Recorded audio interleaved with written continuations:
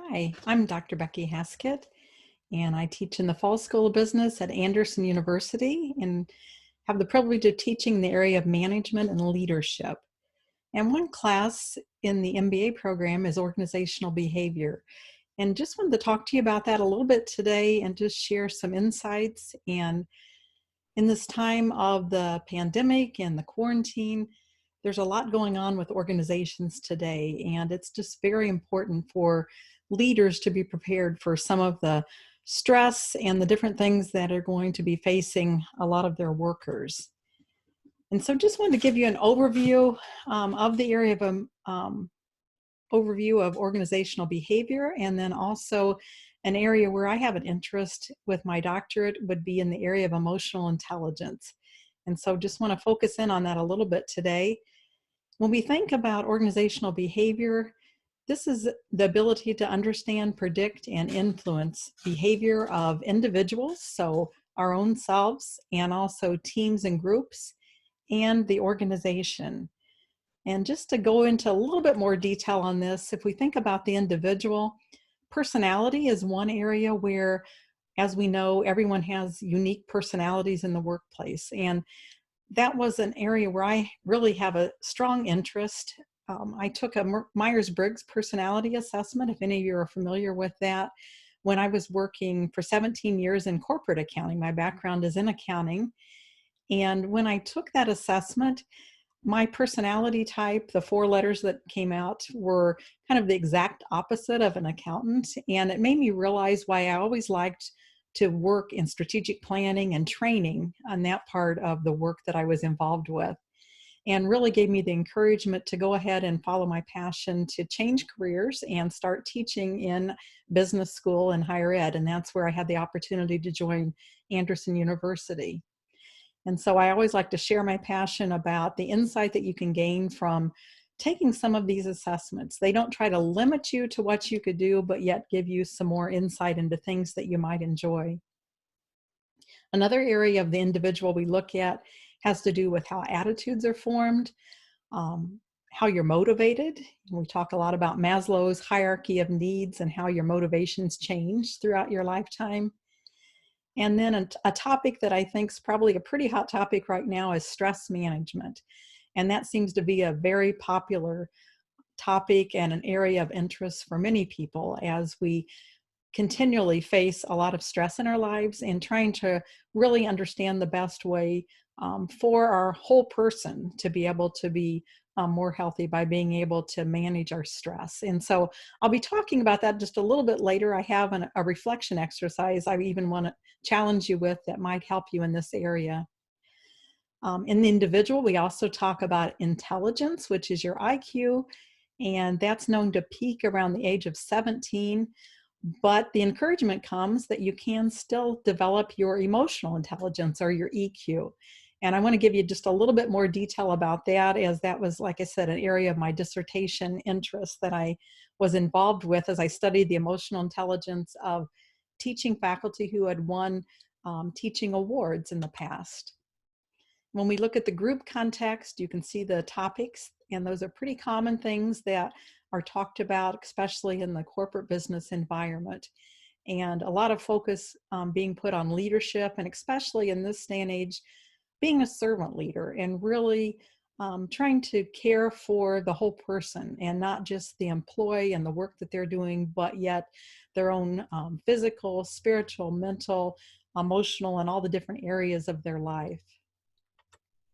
And then the last area in the course of organizational behavior, we look at this organizational context of the whole structure, who reports to whom, and then also what type of a culture you're trying to build and also hire within your organization.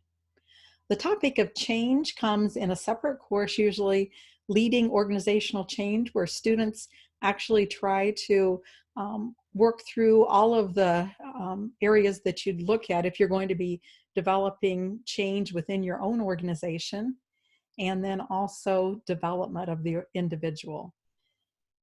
And as I mentioned, my dissertation research was in the area of emotional intelligence, or EQ. And the interest came when Daniel Goleman wrote his first book on this topic in 1995. It talked about emotional intelligence is more important to your success than your IQ. And so that really piqued my interest, as I always had an interest in psychology. And just want to briefly talk about that with you. As you can see at the top of this chart, self-awareness or interpersonal is really, that's the foundation for developing your emotional intelligence. Taking time for some assessments to really reflect on things like your passion, your personality type, your own learning styles, your spiritual gifts, and your own emotional intelligence. And then once you understand some of that, the next step is the management of those and learning how to manage some of these areas like optimism, stress management, trustworthiness, and flexibility. And I always like the saying that I've heard, blessed are the flexible, for they shall never be bent out of shape. And it kind of reminds me of Gumby. Again, you could probably, if you've been around for a while, can relate to the Gumby. I don't know if that's still around, but something that you can think about related to flexibility. Once you've been able to gain some self-awareness, and I've even co-authored a book called Discovering You that helps you go through some of the information related to self-awareness that we use with some of our classes as students gain this knowledge and really help prepare the resume and prepare them for interviews, and really being able to discover some areas that they have a passion and they've been gifted in. We then move to this social awareness and social skills, which is part of the interpersonal. And only after you've really worked on your self-awareness and self-management, it seems like it comes naturally that it improves your social empathy and also your social skills when we're talking about relationships, communication skills, conflict management, and teamwork. Those are the things that a lot of corporations spend money training employees on, maybe sending them to a week workshop in those topics. But a lot of times the employee gets back to work and they just put the book on the shelf, and there really aren't a lot of changes in their behaviors. And a lot of that is because it really needs to start with the self-awareness as the foundation, and doing some type of 360 feedback assessment and seeing what areas you could really work on to improve your relationships and also your teamwork. And as we were looking at some of this and thinking about the situation that we're in right now with the pandemic, and I know a lot of individuals are really uncertain, maybe have a lot of fear because of job loss and not knowing how things are going to be changing in the future. And like you, I've struggled with some of that, and it causes a lot of stress, which is not healthy. And possibly you're waking up in the night and thinking about things and worrying. And what I feel like God has given me is this whole different process called SAFE. And it's kind of an acronym I came up with that is a reflection exercise where you think of a song or a scripture that may come to your mind. And normally I just play the YouTube of that and just listen to that and reflect on that. Sometimes an action comes to mind, something that I just feel impressed to do, like maybe send a card to someone, email someone, call someone, just something that I feel like I'm kind of being led to do. And then a fact or a promise, and I'll share that with you in just a moment, kind of an example there. And then what are the resulting emotions or feelings? And that is all part of the self-awareness and self-management that we were talking about with emotional intelligence. And so if you'd like to try this yourself, maybe you're facing some fear or some stress, and I've been doing this for about 6 weeks, and not saying you have to do it every day, but what I do is just journal and think about, okay, what song comes to mind? A lot of times when I first wake up, I have a song. And one that was very meaningful for me was the song Rescue by Lauren Daigle. So you might want to listen to that sometime just to see what you think about that. She has a lot of great songs. The next would be an action.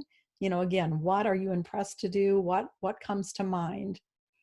And then I usually read a devotional like Jesus Always or Jesus Calling. And at the conclusion of that, there's usually 4 scripture for you to look up. And one day when I think I really needed some encouragement, I looked at this scripture, 1 John 2:14, and it ends with, "You are strong with God's word living in your hearts, and you've won your battle with Satan." And so to me, that was very encouraging to just remind me that I do have strength, and that God is on our side, and that He doesn't want us to live in this state of fear and stress, but to have our hope in Him. And so the resulting E out of the safe was some emotions or feelings that are more positive. And as a leader, or anything that where you're involved in relationships, your emotions are contagious. And if you have fear, a lot of times, or stress, that's going to be translated to other individuals. But peace would be something that could come from this, and also hope versus despair. And I know I've had a couple of my classes have been challenged to do this, to just at least once during the week, if they wake up, maybe to start their day, or if they're not a morning person, they may want to end their day with this, and really just take some time, some prayer and meditation time, and really just listen to see, what is it, what songs, what scriptures, what thoughts are coming in your head. And if you follow through on some of those and really take time, hopefully some more positive emotions and less stress will enter your life. And so I'd like to conclude with, if you would like to try out this reflection exercise, I'd love for you to email me and just let me know, some of the results of doing this. And my email address is at the bottom, bahaskett@Anderson University or anderson.edu. And so I look forward to hearing from you. Thanks.